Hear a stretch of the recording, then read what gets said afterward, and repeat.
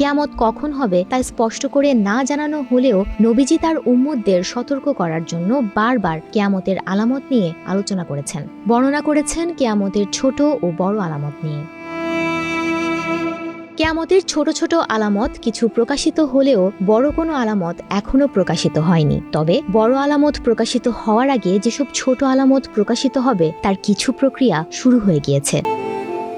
নবীজি এক হাদিসে কিয়ামতের ছোট ছোট আলামত নিয়ে কথা বলেছেন। তিনি হযরত আনাস রাদিয়াল্লাহু তাআলা আনহুকে বলেছিলেন, কিয়ামতের কিছু নিদর্শন হলো অজ্ঞতা প্রকাশ পাওয়া, দ্বীনি ইলম হ্রাস পাওয়া, ব্যভিচার প্রকাশ হতে থাকা এবং মদ্যপানের পরিমাণ বেড়ে যাওয়া এবং পৃথিবীতে পুরুষের সংখ্যা কমে নারীদের সংখ্যা বৃদ্ধি পাওয়া। এমনকি 50 জন নারীর পরিচালক হবে একজন মাত্র পুরুষ।